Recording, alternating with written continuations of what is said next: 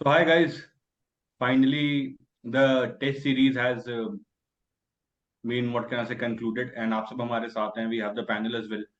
And जब पहला match खत्म हुआ तो हमने कभी एक्सपेक्ट नहीं किया था कि 4-1 रिजल्ट आ सकता है. मतलब मैं तो नहीं मान रहा था ऐसा कि जिस तरह से इंग्लैंड ने सेकेंड इनिंग में फर्स्ट टेस्ट मैच में बैटिंग की थी, जो ओली पोप ने 196 बनाए थे, एंड देन जब इंडिया ने स्ट्रगल किया था 230 और चेस करने में, तो आई फेल्ट कि सीरीज का score somewhere down the line 3-2 होगा आइदर वे, अगर इंडिया अच्छा खेलती है तो.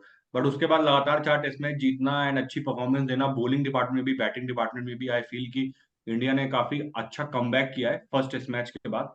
एंड बहुत सारे प्लेयर्स हैं जिनको रिकग्निशन मिलना चाहिए, तो मैं यहाँ पे भी किसी एक पर्टिकुलर मैच की बात नहीं करूंगा, मैं ओवरऑल परफॉर्मेंस की बात करूंगा with everyone, with the panel as well and आप सबके लिए भी. तो जब पहला प्लेयर मेरे दिमाग में आता है, भाई मैंने नहीं देखा किसी 22-23 साल के लड़के को पिछले 25-30 साल में एक सीरीज में 700 रन बनाते हुए. कुछ भी हो, 700 रन नहीं बनता है. 700 रन बनने अगर किसी ने बनाया तो आपको क्रेडिट देना पड़ेगा. 2 डबल सेंचुरी है उसकी. लास्ट मैच में भी उसकी 50 है. फर्स्ट मैच में भी उसका 80 प्लस था. हर मैच में उसका एक अच्छा स्कोर है. तो वहां पे आपको रिकॉग्नाइज करना पड़ेगा उसको. Yashasvi Jaiswal is a star in this series. I am not saying कि आगे चल के क्या होगा, कुछ भी हो सकता है. बट ये सीरीज देख के लगता है कि he can be your future star. He could become a good batsman for team India, ऐसा हो सकता है. सेकेंडली मैं बात करना चाहूंगा कि हमने बहुत किया था मेरे ख्याल से क्रिटिसाइज 2 टेस्ट मैच के बाद शुभमन गिल को, कि इनके अंदर टैलेंट नहीं है, ये खेल नहीं सकते हैं, इनको बैटिंग नहीं आती है, नंबर 3 इनका स्लॉट नहीं है. हो सकता है ऐसा आगे भी हो, आगे भी ये कहीं सेना कंट्रीज में जाए, वहां पे स्ट्रगल करें, बिकॉज इनकी टेक्निक की थोड़ी फॉल्ट है, which everyone knows. But 3 test match की अगर मैं बात करूं दो के बाद, तो इन्होंने अच्छा परफॉर्मेंस दिया है. बिकॉज 2 सेंचुरी आना, एक 90 प्लस का स्कोर आना, जहां पे रन आउट हो गए थे, वहां पे परफॉर्मेंस को तुम ये नहीं बोल सकते कि खराब है. परफॉर्मेंस काफी अच्छी है. And then fourth test match में जो ध्रुव जुरेल के साथ इनकी पार्टनरशिप थी, where you needed 70 plus still, and Jurel and Gill खेल रहे थे, वहां पे इन्होंने काफी अच्छी मेंटालिटी के साथ बैटिंग करी है, फ्लॉगिंग नहीं करी है, नॉर्मल क्रिकेट खेला है. तो क्रेडिट जाना चाहिए. तो ये 2 फ्यूचर स्टार्स हैं जिनके बारे में बताना चाहता हूँ. तीसरा क्रेडिट जिस आदमी को मिलना चाहिए, जो सबसे कम मिला है मेरे ख्याल से, है वो कुलदीप यादव. पिछले 3 टेस्ट मैच में अगर किसी प्लेयर का, किसी बॉलर का इम्पैक्ट आया है, तो वो कुलदीप यादव हैं. क्योंकि कुलदीप यादव ने इतनी अच्छी बॉलिंग कराई. एक तो इंग्लैंड के बैट्समैन स्पिन खेल नहीं पाते हैं, दैट इज क्वाइट ऑब्वियस. ऊपर से आपको रिस्ट स्पिनर मिल जाए कुलदीप यादव की एबिलिटी वाला, जिसके पास इतनी वैरायटी हो, तो और आप स्ट्रगल कर रहे हो तो ऑब्वियसली करोगे. And then spinning tracks, and उसको बहुत अच्छे से यूटिलाइज किया है कुलदीप यादव ने मेरे हिसाब से. एंड स्पेशली मेंशन करना चाहूंगा वो टेस्ट मैच, शायद वो थर्ड टेस्ट मैच था, if I remember correctly, third या फोर्थ, जिसमें Ashwin was not available for a day. हमारे पास 4 ही बॉलर थे, and we started with Bumrah and Kuldeep Yadav. And Kuldeep Yadav ने बहुत अच्छा स्पेल डाला था उस मैच में, एंड वहां पे विकेट्स भी लिए थे, कंट्रोल भी अच्छा दिया. तो दीज आर द 3 प्लेयर जहां पे मेरे को लगता है जिन्होंने बहुत अच्छा परफॉर्म किया है इंडिया के लिए सीरीज में. बाकी सबने भी किया है, बुमराह ने भी किया है, बहुत अच्छे टाइमली कंट्रीब्यूशन आए हैं डिफरेंट प्लेयर्स के. बट अगर मेरे को 3 पिक करना हो टॉप 3, तो मेरे हिसाब से ये 3 है. बुमराह ऑब्वियसली 20 विकेट है. अब तुम बोलोगे बुमराह क्यों नहीं, बिकॉज बुमराह से आप एक्सपेक्ट करते हो ये परफॉर्मेंस हर सीरीज में आए, जब 5 टेस्ट मैच आप खेल रहे हो. रोहित शर्मा की 2 सेंचुरी है, तुम बोलोगे रोहित शर्मा क्यों नहीं, तो रोहित शर्मा से आप एक्सपेक्ट करते हो, जब इतना बड़ा प्लेयर खेल रहा है, ओपनिंग कर रहा है, वो भी इंडियन कंडीशन में, तो 2 सेंचुरी मार ही देगा. बट एक्सपेक्टेशन जायसवाल से 700 रन की नहीं थी. 3 स्कोर अच्छे गिल से, बैक टू बैक 200, एक 90, मेरे ख्याल से नहीं था 2 टेस्ट मैच के बाद. कुलदीप यादव से ये बॉलिंग परफॉर्मेंस मैंने एक्सपेक्ट नहीं की थी जो उन्होंने करके दिखाई. क्यों? क्योंकि we are always banking upon Ashwin and क्या नाम है, जड्डू. जडेजा। कुलदीप यादव यहाँ पे निकल के आए, उन्होंने अच्छे विकेट लिए. एंड रोहित शर्मा ने कैप्टनसी भी बहुत अच्छी करी है यार. तुम कुछ भी बोलो, इतनी यंग टीम, इतना इनएक्सपीरियंस बैटिंग लाइनअप, तुम्हारा मिडिल ऑर्डर था ही नहीं. सब नए नए बंदे खेले, जिन्होंने या तो एक टेस्ट मैच खेला या 2-3-4 टेस्ट मैच खेलने वाले प्लेयर. उनको लाके उनको अच्छे से, मैंने ये नहीं बोलूंगा गाइडेंस देना, लेकिन ऐसे बोल सकते हो कि फ्रीडम देना. भाई तू जा और खेल, जा और खेल, उसको कॉन्फिडेंस देना, अच्छा परफॉर्मेंस करना. जितना उन्होंने परफॉर्म किया है, उतना तुमको क्रेडिट तुम्हारे कैप्टन को भी देना पड़ेगा कि उसने बैकअप किया है, प्लेयर्स को बैक किया है. तो मेरे हिसाब से ये 4 चीजें हैं जो हाईलाइट हैं इस सीरीज की. एंड आज की जो सबसे इंपॉर्टेंट हाईलाइट है जिसको मैं बताना चाहता हूँ, that is the incentive scheme for test cricket. मैं बहुत प्लीज्ड हूं कि बीसीसीआई ने इस डायरेक्शन में कुछ स्टेप लिया है और सोचा है यहाँ पे. बिकॉज ये बहुत इंपॉर्टेंट था कि तुम टेस्ट क्रिकेट को भी उतना ही रिकॉग्नाइज करो जितना तुम आईपीएल को करते हो. ये जो रिसेंटली अभी केसेस हुए हैं ईशान किशन के, श्रेयस अय्यर के, जो हमारे स्कीम के पार्ट नहीं थे, सेंट्रल कॉन्ट्रैक्ट के पार्ट नहीं थे, बट ये अभी आईपीएल में आएंगे, तो तुम एक डायरेक्शन देना चाहते हो और एक सीधा सीधा एक तुमने एग्जाम्पल सेट किया कि भाई test cricket is the best format और सबसे इंपॉर्टेंट फॉर्मेट है हमारी कंट्री का। हम इंसेंटिव उसमें देंगे एंड चाहते हैं हम कि उसमें प्लेयर दिखें, वो प्लेयर जो टेस्ट क्रिकेट को ज्यादा इंपॉर्टेंस देता है, ज्यादा टेस्ट क्रिकेट खेलता है, रणजी खेलता है, डोमेस्टिक क्रिकेट आपका खेलता है, आप उसको रिकॉग्नाइज करते हो एंड देन आपने अच्छी स्कीम निकाली है। तो I completely agree with the scheme, और ये ऐसी स्कीम जिसे एक और निकालनी चाहिए, ये बहुत अच्छा स्टेप है एक डायरेक्शन में, and BCCI should look to build upon it. तो मेरा ये टेक है इस सीरीज के बारे में ओवरऑल, जो मैं सोचता हूँ। बाकी अप टू दी पैनल, आप लोग क्या सोचते हो?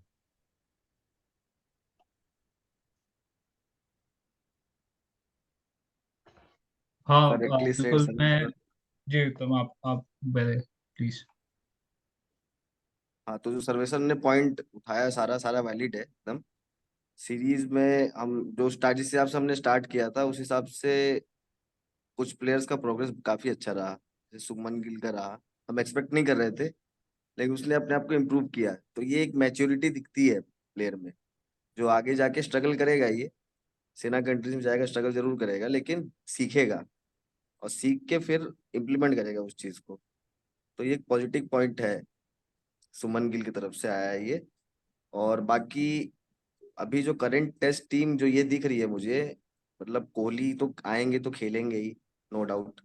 लेकिन आगे के लिए फ्यूचर सेट है, हमारे पास रिप्लेसमेंट अच्छा खासा है, अभी अच्छी बैलेंस साइड सीरीज है। जो होगी ना, मतलब उत्तम तुम्हारे पॉइंट को बिल्ड करना चाहता हूँ। आज मैं सुन रहा था, हर्षा भोगले बोल रहा था, जस्ट इमेजिन कि दिसंबर 2024 तुम्हारे टॉप 4 प्लेयर कौन होंगे? जायसवाल एंड रोहित शर्मा ओपनिंग, 3 पे गिल, 4 पे Kohli. That is a good top 4, अगर अच्छा बैटिंग करते हैं चारों तो। With a mixture formidable of top 4। Experience and youngsters. हम्म।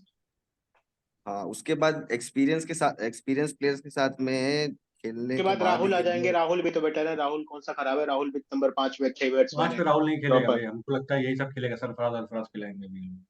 है क्या? सरफराज को वही बस बकचोदी वाली 21 रन बातें से हैं हटा ये, क्या दोगे, है? सरफराज सरफराज और को राहुल कैसे को हटा चूज करना दोगे? हो, सरफराज को चप्पल मार के हटाओगे और कैसे हटाओगे? भाई ये भाई क्या बकचोदी है? एक 5 सीरीज इनिंग में में। हाँ, तुम आके लप्पा चला के उधर एक दो छक्का मार दिए, तुम राहुल की जगह ले लोगे भैया, वो उसने मैच जिताए हैं, वो अकेले खड़े रहने के उसके पास टेम्परामेंट खट के हाथ में आ जाएगी जिस दिन सिचुएशन बनी सरफराज की। नहीं ये अरे तो भाई कोई ठीक ये है। तो बदतमीजी होगी ना, ये इसके तुम बिल्कुल एग्री नहीं है। तुम राहुल को क्या, राहुल को तुम मिक्स से बाहर कर दोगे टेस्ट मैच के, जस्ट बिकॉज सरफराज जो है रजत पाटीदार और पड्डीकल ने कहा 50 मार दी तो? नहीं, राहुल अभी आ उनको सकते हैं लेकिन सूंघ नहीं पाएंगे अभी बाहर निकलेंगे तो। भाई राहुल तो जब बातें अलग फिट है। होके आएंगे। राहुल के साथ दिक्कत ये है ना, ये इंजरी इंजरी प्रोन प्लेयर है भाई, एक टेस्ट मैच खेल के वो 4 टेस्ट ठीक मैच है, बाहर हो इंजरी गए। प्रोन प्लेयर ठीक है, बट उसकी एज है, उसके पास अभी एज ऐसा नहीं है कि 35-36 का है तब इंजरी हो रही है। अभी राहुल के पास एज है तो इंजरी हो रही है, ठीक है, बट इसका मतलब ये नहीं है कि मतलब वो प्लेयर नहीं है, उसको खिलाना बंद कर दोगे। तीनों फॉर्मेट में खेलेगा वो। देखो तो जैसे 5 इस नंबर तो दिसंबर तक मेरे हिसाब से राहुल नहीं रहेंगे, क्योंकि ऋषभ पंत आ गया होगा। 5 पे पंत खेलता नहीं है नहीं फिर, नहीं नहीं, आप बहुत देखो। सही पंत बॉलर तो है। एज अ विकेट कीपर खेलेगा, कहीं भी खेले तो जुरेल का सब्स्टिट्यूट है, तो उससे तो उसका तो कोई कंपटीशन नहीं है, तो वो जब आएगा तो उसकी जगह खेलेगा, ट्राई किया जाएगा। हम्म। देखो अभी क्या है, मेरे हिसाब से दोनों का मैंने पॉइंट सुना, एक चीज पे मैं मतलब एग्री करता हूँ दिग्विजय के साथ में कि केएल राहुल को आप हटा नहीं सकते और सरफराज को नहीं खिला सकते उसकी जगह में। ठीक है, अगर केएल राहुल अवेलेबल है तो वो खेलेगा, सरफराज के पास है चांस अभी। सरफराज ने प्रूव कर दिया, वो बैक मतलब बेंच स्ट्रेंथ हो गया अपना। उसका जब आया बात ऋषभ पंत का, तो ऋषभ पंत अभी टेस्ट क्रिकेट कोशिश करेगी टीम की उसको बहुत जल्द लाएं, लेकिन अभी वो विकेट कीपिंग कर नहीं पाएंगे, उतना फिटनेस उनका हुआ नहीं है। अभी आईपीएल में भी आपने सुना होगा, न्यूज में ऐसे आया है कि वो बैटिंग ही करेंगे, फील्डिंग हो हम्म। सकता ना करें वो। कैप्टेंसी, जब फील्डिंग नहीं करेंगे तो कैप्टेंसी भी नहीं करने वाले। कैप्टेंसी तो करेगा। कैप्टेंसी क्या उधर दिल्ली डगआउट का से बैठ के कैप्टन है, करेंगे? दिल्ली का कैप्टन है, बैटिंग करेगा, विकेट कीपिंग नहीं करेगा। तो फील्डिंग करेंगे, चलिए फील्डिंग हाँ करेंगे, तो और देख लेंगे फील्डिंग वो। करेगा, कहीं लगेगा वो पीछे पीछे वो तो बाउंड्री में, ना समय, बॉल नहीं आएगा। वो तो आईपीएल आ अरे रहा वो है भी अभी तो है एक, कंटिन्यू। वो इम्पैक्ट प्लेयर वाला सिस्टम भी तो है, तो ज्यादातर एज ए हाँ इम्पैक्ट प्लेयर ही खेलेगा वो। हाँ, ये अबे भी हो कैप्टन सकता है है। तो इम्पैक्ट प्लेयर थोड़ी खेलेगा, कैप्टन है, अरे कैप्टेंसी भाई भैया करेगा। अभी, कैप्टन है तो उसकी बात नहीं है, बट वो है कि देख लेना तुम उसको एज मतलब फील्डिंग में भी कोई ऐसा नहीं है, थोड़ी थोड़ी करवाएंगे, ज्यादा उससे कुछ करवाएंगे नहीं। वो तो नहीं कैप्टन है मुझे, तो राउंड तो करेंगे ही। नहीं, अनाउंस हुआ है क्या ये अपडेट? तो मुझे अनाउंस हो चुका है पता भाई, नहीं है। कैप्टेंसी करेगा और बैटिंग कर रहा है। डेविड वार्नर कैप्टन नहीं होंगे। पक्का है ये? पक्का तुमने सुना है? मतलब हो मैंने सकता है। अभी एग्जैक्टली इन्फॉर्म नहीं है मेरे पास ऑफिशियल इनको, बट मैं जो ऑफिशियल सुन रहा हूँ वो बता ऑफिशियल रहा हूँ। कहीं से आया विकेट है क्या? कीपिंग सोर्स, विकेट कीपिंग नहीं करेंगे, that is final. Sources. Wicket keeping नहीं करेगा ये तो श्योर है, बैटिंग करेगा। अब वो एज एन इम्पैक्ट पर खेलता है, कैप्टेंसी नहीं करता है, वो डिसीजन अभी पता नहीं, चेक करना पड़ेगा। हाँ, तो फिर Rishabh Pant as a batsman test cricket में ट्रायल उनको मिलेगा मौका। आईपीएल के ऊपर सब बेस्ड है, मौका हम्म। मिलेगा। फिर देखेंगे कि क्या करते हैं। तो नंबर किसी ना किसी का घटेगा उसमें, लेकिन तो अभी वो उसके तो लिए सीधा लंबा सीधा समय सीधा है। स्वैप है तुम्हारा। Rishabh Pant as a batsman नहीं खेल सकते टीम इंडिया के टेस्ट फॉर्मेट में, वो as a wicket keeper batsman खेल सकते हैं। हम्म। ऋषभ लेकिन पंत अगर एज वो अ ऐसे ही बैट्समैन नहीं खेल खेलेंगे और सकते। क्या, एज अ बैट्समैन थोड़ी खेल लेंगे। एज अ बैट्समैन नहीं। लेकिन 4 घंटे का मैच और टेस्ट मैच में फर्क है। तो नहीं, ऋषभ उसमें पंत टाइम टेस्ट तो मैच लगेगा। उसके खेलने पहले के लिए रणजी उनको खेलना टाइम पड़ेगा, उनको लगेगा। रणजी ट्रॉफी खेलनी डेफिनेटली। पड़ेगी, डोमेस्टिक क्रिकेट में थोड़ा टाइम देना पड़ेगा, वो टाइम ओडीआई टाइम है भी उनको। खेलने पड़ेंगे। उनकी फिटनेस जब तक सपोर्ट नहीं करेगी तो ऐसे अचानक से कोई वो थोड़ी ना है कि उनको ले आकर और रख तुम, दोगे, इतनी बड़ी मतलब मैं सीरीज वही के बाद बोल रहा बाहर हूँ आ कि अगर जाइए तो। इसको प्रॉपरली प्लान करता है बीसीसीआई तो तुम देख रहे हो कब, दिसंबर में सीरीज है अभी से एक, कितना, एक 9 साल महीने बाद, आराम। 1 साल बाद मान लो मैक्स। हम्म। 1 साल बाद ही ऋषभ पंत आने वाले हैं। तो केएल राहुल तो खेलेंगे ही। सरफराज, हो सकता है सरफराज को मौका ना मिले, जुरेल को मिल जाए जब तक ऋषभ पंत नहीं आते। तो वो खराब बात नहीं है, बेंच स्ट्रेंथ है अपने पास। कभी कोई नहीं रहेगा तो उसको जगह में उनको खिलाया जाएगा। चाहे कोई सीरीज में ज्यादा पोजीशन अच्छा है तो खिला ले, परफॉर्मेंस बेस में भी खिला ले। तो फ्यूचर देखा जाए तो अच्छे हाथों में है ना। तो टीम स्टेबल लग रही है। और उसके बाद बाकी जो आपने इंसेंटिव वाली बात बोली, तो वो तो ऑब्वियसली बात है, बहुत अच्छी है। अभी क्या है, जो सिलेक्टर्स हैं, अब लग रहा है कि अच्छे हाथों में सिलेक्शन का एक दिया हुआ है। नहीं, अजीत अग्रकर ने अच्छा काम किया है। आई कम्प्लीटली हाँ, अग्री विद जो वो नई स्कीम्स लेके आ रहा है, काम कर रहा है प्लेयर्स के ऊपर, अच्छे डिसीजन ले रहा है Ajit Agarkar. He is not a person who likes buttering, so he will do the right thing to get the team in a right select भी पोजीशन। उनको उनको इसीलिए किया गया है कि हम्म। तो फालतू का कुछ भी इसीलिए, नहीं चलेगा, बकचोदी। जो मेन काम है वो करो। तो उसी का इम्पैक्ट आपको दिख रहा है कि ये टेस्ट का, ये जो जिसका भी सजेशन हो, लेकिन सबका एक म्यूचुअल अंडरस्टैंडिंग होता ही है। तो ये इंसेंटिव स्कीम तो बहुत अच्छा है। इससे जो हमारे उड़ी में प्लेयर चलते हैं, थोड़े 2-4 हैं जो परमानेंट अपने आप को समझते हैं कोटा वाले, तो वो थोड़ा लाइन में आएंगे भाई उनको कि कोटा भैया वोटा हम। कट चुका है, पहले ही काट दिया गया है। दो दो थे, दोनों का कट गया है। बचे खत्म नहीं है हो अब उनका गेम। गया। तो ये स्कीम के लिए तो big thumbs up to BCCI. बाकी आगे देखते हैं कि इसका फायदा तो मिलेगा ही। ऑब्वियस सी बात है, लोग अब प्लेयर भी थोड़ा अच्छे पुश मिलेंगे यार करेंगे। तुमको। अभी जैसे ही हनुमा विहारी प्लेयर था, वो नहीं है उसके पास T20 का गेम, उसको रिकॉग्निशन ही नहीं मिला। वो हम्म। खत्म हो गया। आया 2-4 गेम खेला, बाहर हो गया। अब ऐसे प्लेयर आएंगे जिनके पास ऐसा गेम होगा जो टेस्ट वाला ही होगा। उनको हम्म। आईपीएल में रिकॉग्निशन नहीं मिलेगा, लेकिन इंडिया में मिलेगा। इंसेंटिव भी बेटर मिलेगा, वो बनाएगा अपने आप को। वो अपने गेम को चेंज नहीं करेगा। जैसे केएल राहुल ने अपना गेम चेंज किया। केएल राहुल स्टार्टिंग मैच आज से 8 साल पहले बिल्कुल टेक्निकल प्लेयर थे। हम्म। उनके पास हिटिंग एबिलिटी नहीं थी, सिक्स नहीं हिटिंग थी। एबिलिटी मैंने देखा है। सनराइजर्स हैदराबाद से खेलते थे 7-8 साल पहले, हिटिंग नहीं थी उनके पास। अब उनको देखा फिर वो रिकॉग्निशन तो मिल पंजाब नहीं रहा है, भाई मैं क्या करूं, मेरे को तो मानना पड़ेगा। हैदराबाद से खेलते थे, हैदराबाद से आरसीबी आते, फिर इधर उधर घूमते रह गए उसके बाद। अभी घूम फिर रहे हैं। पंजाब में आके वो निखरे हैं। पंजाब में हाँ, जब तो वो आए तो निखरे उन्होंने कैसे सीजन हैं? क्योंकि उनको ये समझ में आया कि मैं वो टेक्निक से नहीं बना पाऊंगा अपने आप को, मेरे को चाहिए हिटिंग एबिलिटी, छक्के मारना पड़ेगा। मयंक अग्रवाल इसीलिए बर्बाद हुए। मयंक अग्रवाल जब तुम्हारे फॉर अभी 2-3 साल पहले खेलते थे as an opener test match में, उनकी स्किल टेक्निक काफी अच्छी थी इंडिया के लिए। फिर तो एक वो, कोई बता रहा था कहीं से, मैंने सुना था कि उन्होंने अपना बैटिंग का जो स्टांस था वो चेंज कर दिया था T20 के लिए, कि वो हिटिंग एबिलिटी बेटर हो जाए, थोड़ा ओपन होके खेले। थोड़ा ओपन होता कि ओपन छक्के स्टांस इजिली लिया मारते था, लंबे लंबे। पंजाब में ही स्टांस किया था। ओपन कर दिया, चले गए इंग्लैंड ऑस्ट्रेलिया, वहां हवा नहीं लगी ओपन स्टांस में, खत्म हो गया करियर। तो मतलब ऐसे प्लेयर्स को रिकग्निशन अब मिलेगा ना, ये बोल रहा हूँ। बिल्कुल। बाकी सो और मेरे तरफ तो इतना ही है। बाकी हाँ प्रखर दिग्विजय कुछ कह रहे भाई थे या तुम। प्रखर जो भी प्रोसीड करना हाँ, चाहते थैंक यू। सो बिल्कुल, हमारी जो भी सीरीज कंक्लूड हुई है, जैसे सर्वेश्वर ने कहा, तुमने कहा कि रिजल्ट्स अच्छे हुए हैं। एक बहुत टाइम बाद, लाइक मतलब मैं अपने ओपिनियन से बताऊं तो धोनी की कैप्टनसी के बाद जो एक यंगस्टर्स को वो लेके आए थे ना, उनका एक रहता था पैटर्न की यंगस्टर्स खेल रहे हैं और रिजल्ट्स भी मिलते थे हमको, हम सीरीज भी जीतते थे। कहीं पे होता था यंगस्टर्स नहीं काम आते थे तो सीनियर्स आके उसमें अपना मतलब योगदान करके और वो सीरीज का एक क्रंच मोमेंट होता था उसमें निकालते थे। हमें वो मिक्स दिखा है इस बार इस सीरीज में। चाहे हम रोहित शर्मा की हंड्रेड्स की हम्म। बात कर लें, चाहे अश्विन के 5 विकेट की बात कर लें, एंड उसी के कॉन्ट्रेरी या पैरेलल में कहूंगा, हमारे कुलदीप यादव, जिन्होंने एक सॉलिड बैकिंग दी है कि अगर अश्विन नहीं होंगे तो कौन होगा टेस्ट में। ठीक है, जो एक स्पिन का बहुत मेन फैक्टर आ जाता है टेस्ट मैचेस में। तो एक आंसर हमें मिल गया है, डेफिनेट आंसर मिल गया है। और सिमिलरली कुलदीप यादव की हम बॉलिंग की तो बात कर ही रहे हैं, वो तो उनका प्राइम फोकस है ही। लेकिन जो एक उन्होंने बैटिंग करी थी ध्रुव जुरैल के साथ, जो एक टेल एंडर उसमें आता है जो इंडिया के पास हमें कम हम्म। दिखता था, वो 27-30 रन जो थे अभी भी इस मैच में भी, जो फिफ्थ हमारा कंक्लूड हुआ है इसमें बुमराह के साथ, बुमराह ने भी जो 20-25 रन मारे हैं। तो ये एक जो मिलता है ना कि ऊपर का अगर कोई एक मिडिल ऑर्डर बैट्समैन फेल हो गया, 0 हो गए, 10 रन हो गए, उसको कंपनसेट कर सकता है। और अगर ये मिल जाता है तो मॉर्दली एक मतलब जो ऑपोजिट टीम है ना उसमें फैक्टर पड़ जाता है, जो इंडिया रिसीविंग एंड पे रहती थी हमेशा ही, कि वो टेल को ना निकाल नहीं पाती थी। 50-60 रन इस सीरीज में भी हुआ जो रॉबिन्सन ने 50 रन मार दिए। तो एक वो अच्छा पॉइंट मिला है, एक अच्छा एक इम्प्रूवमेंट हुआ है फ्रॉम कुलदीप यादव और बुमराह का जो है हमारा। एंड जल्दी से मैं यही बात कहना कुलदीप चाहूंगा यादव शायद। का एक मतलब तुम्हारे ही पॉइंट पे ये बताना चाहूंगा, उसने अपना बैटिंग टेम्पलेट बिल्कुल वैसा सेट किया जैसे लास्ट के 3-4 साल में ईशांत शर्मा ने किया। कि कि वो टॉप आके ब्लॉक ब्लॉक ब्लॉक करके टॉप सिंगल डबल लेके सामने वाले बैट्समैन को सपोर्ट करता रहता, वैसा बिल्कुल बिल्कुल बैटिंग टेम्पलेट बिल्कुल। लेकिन उसका। ईशांत शर्मा से बेटर है कुलदीप यादव, ये मैं हाँ कहना बेटर चाहूंगा। है, मैं तुमको टेम्पलेट की बात बट कर रहा हूँ, हाँ, जो जैसे वो एक करता था ना इसी आके पे नहीं एक करना है। एक एंड होल्ड कर लेता था, इसका भी एंड होल्ड करने का एबिलिटी आ गया। बिल्कुल। एंड यशस्वी जायसवाल एक फाइंड कहेंगे, मतलब इस सीरीज में जो एक होता है ना सीरीज डिफाइनिंग मोमेंट होता है किसी भी प्लेयर के लिए, जो पूरा एक वो निखर के जो आए हैं, वो यशस्वी जायसवाल इस सीरीज को बिल्कुल कभी नहीं उनको भूलना चाहिए, और इसको एक ट्रेडमार्क उनका रखना चाहिए कि किस तरह से मैंने बैटिंग करी थी।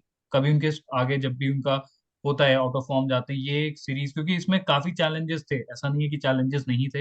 एंडरसन आपके टॉप के बॉलर हैं ऑपोजिट में, वो माइंड गेम्स वगैरह जितने भी रहते हैं ना, वो मतलब रहता है, वो ऐसा नहीं है कि वो उनकी पेस नहीं आ रही, कुछ नहीं आ रही, तो वो एक एक्सपीरियंस बॉलर है, कहीं ना कहीं से आपको निकालना पड़ता है वो चीज। तो एक वो उनके लिए रहेगा यशस्वी जायसवाल के लिए यादगार सीरीज। गिल ने बहुत अच्छा इंप्रूवमेंट किया है, जो कि तुमने भी कहा कि आगे कभी वो स्ट्रगल करते हैं ना, तो ये कैसे निकलना है मेच्योरिटी उस पॉइंट से कि पहले 2 मैचेस में नहीं है, फिर कैसे निकलना है, वो बहुत एक अच्छा उन्होंने करा है। एंड लास्टली एक मैं ये कहना चाहूंगा कि एक टीम का ना इस सीरीज में हमें पूरी, मतलब टिल 11 नंबर हमें एक वो दिखा है कि इसको हम खिला सकते हैं आगे फ्यूचर में। हमारे पास ऑप्शंस हम्म। अच्छे खुल गए हैं, चाहे वो ध्रुव बेंच स्ट्रेंथ जुरैल। अच्छी है तुम्हारी, बेंच हाँ स्ट्रेंथ में कमी नहीं बिल्कुल। है, स्किल्ड है उनको, हाँ मतलब यू हैव कर टू सकते। Provide them the basic experience and everything, एक मतलब वॉइड दिख रहा था ना गाइडेंस प्रॉपर होना चाहिए। में, क्योंकि एक जीत जीत आप जब इतनी कॉम्प्रिहेंसिव कर लेते हो ना, उससे एक बहुत कॉन्फिडेंस मिलता है, और वो इन्होंने ली है क्रंच मोमेंट्स में निकाल के ली है। तो आई थिंक एक ये बहुत अच्छा फैक्टर है, एंड इसी का आई थिंक रिजल्ट हमें जो स्कीम ऑफ थिंग्स में मिल रहा है ये इंसेंटिव वाला, ये और फायदा पहुंचाएगा। तो एक बहुत अच्छा मूवमेंट है बीसीसीआई का, and really it's appreciable. Digvijay, आप प्लीज कंटिन्यू करिए। तो सबने ही अपने अपने पॉइंट्स रखे और ऑलमोस्ट सिमिलर ही पॉइंट्स हैं सारे, बट मेरा ये कहना है कि इस सीरीज में हमें बैकअप ऑप्शंस भी मिले हैं और स्टार्टर्स भी मिले हैं। काफी अच्छी प्रोडक्टिव सीरीज रही है for the youngsters in India. कुछ ने काफी अच्छा परफॉर्मेंस किया है, कुछ की थिन एयर जो थी वो भी क्लियर हुई है। कहा जाता था ये नहीं है, उनको चांस नहीं मिलता, ये नहीं करते, वो नहीं करते, तो हम्म। चांस भी मिला है। रजत पाटीदार जैसे लोगों को चांस मिला है, बट वो अपने मौके को ठीक से भुना नहीं पाए। तो अब शायद ही उनको दोबारा कभी रिकॉल मिलेगी, क्योंकि जो बैकअप्स आए उन्होंने परफॉर्म कर दिया। हम्म। पडिक्कल को इग्नोर नहीं कर सकते वो नेक्स्ट मैच के लिए। या सरफराज मे बी स्टार्टर नहीं होंगे, लाइक आई सेड कि राहुल को आने के बाद राहुल को स्टार्ट कराना पड़ेगा because he deserves it. So Sarfaraz as a backup option जाएंगे। तो पाटीदार का जैसा तो गेम हमें लग रहा है कि टेस्ट मैच में काफी मुश्किल लग रहा है कि वापस आ पाएंगे। प्लस अक्षर पटेल की बात करें तो हमको अब उनका भी मुश्किल लग रहा है इस मिक्स में, as long as Ashwin is there. Because वो 10 20 30 रन की जो उनको कंट्रीब्यूशन आती थी ना, वो हमको कुलदीप से भी दिख रही है। And Kuldeep is 20 times better bowler then अक्षर पटेल। 20 क्या लो 100 ही बोल लो, अक्षर Patel is not a bowler. वो एक बॉल है उनके पास, वो वही बट्टा मारते रहते हैं, कहीं विकेट तो विकेट के ऊपर है।